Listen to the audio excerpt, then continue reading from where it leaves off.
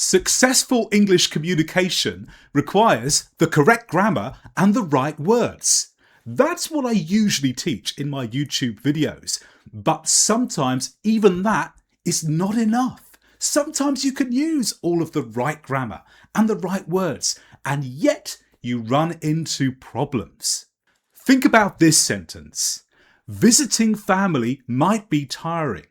Perfect grammar and words, but there's a problem because this could mean the visit is tiring, but it could also mean the family are tiring.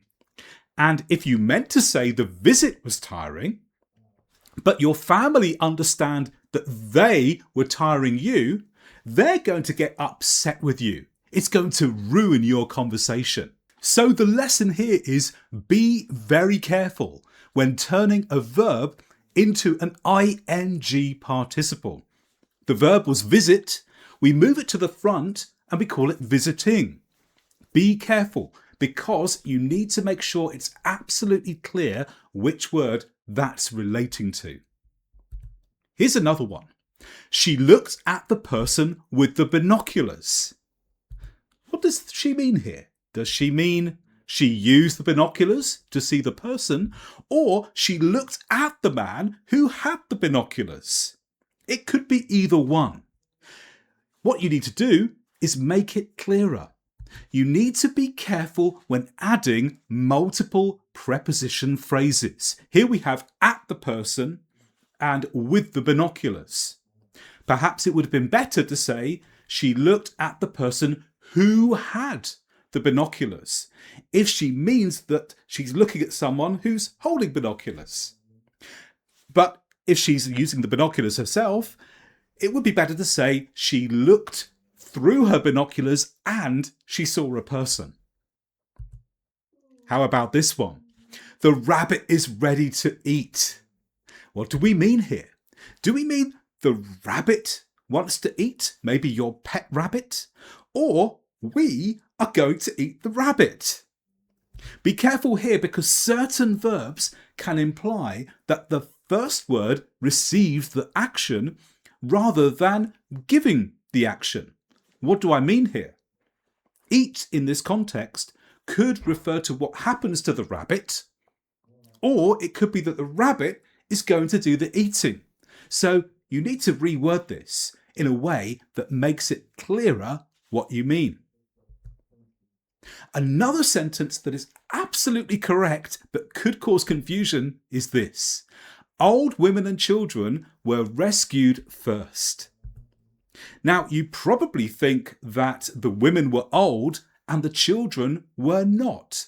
But when you use and in this way, sometimes we can mean that the adjective applies to both words. So it could be understood that only older women and older children, for example, teenagers, when in actual fact, you didn't mean that at all. So be careful. Could the relationship between adjectives and nouns be misunderstood if there are two nouns? Try this one. The world needs more interesting people. This could mean more people who are interesting are needed. In other words, there are lots of interesting people in the world, we just need more.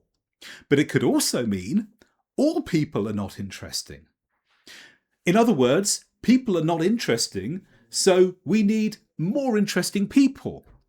And if you're telling that to people who already think they're interesting, you could cause offence.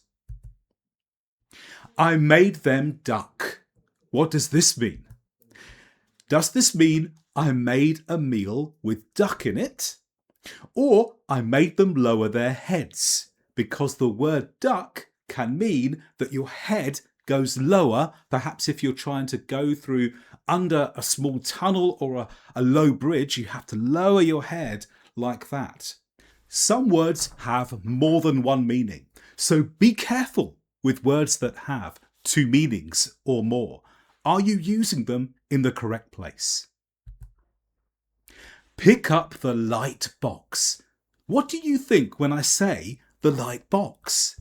Do you think the box is light in weight, in other words, it's not very heavy, or the box is light in colour, like yellow or white. Which one? This could cause confusion if you're trying to direct someone to the correct item. Phil told me Bob arrived last week. Which one is it? Bob arrived last week, or Phil told me last week? You might need to reword this so it's absolutely clear what you mean. You could say, last week, Phil told me Bob arrived, if you want to make it clear that the telling happened last week. Or if he arrived last week, you could say, Bob arrived last week. This is what Phil told me. And here's another one. He left the group in tears. This seems straightforward until you realise that left can mean two things. This could mean that he left and he was crying, but it could also mean the group were in tears, because if you leave someone in tears, it means you do something to make that happen. So be careful when using this word left. It can mean two things when it's a verb. There are no words to describe your contribution.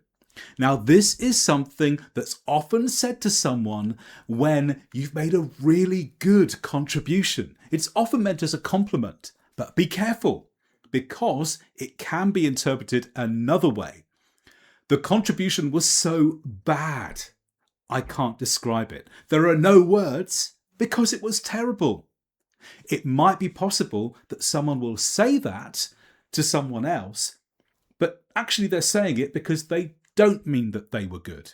It's ambiguous, and you've got to be careful not to be ambiguous when you give people praise. And you can learn so much more about English grammar and get your English right through my course, Perfect English Grammar. There's a link in the video description below me, and you can join the course right now.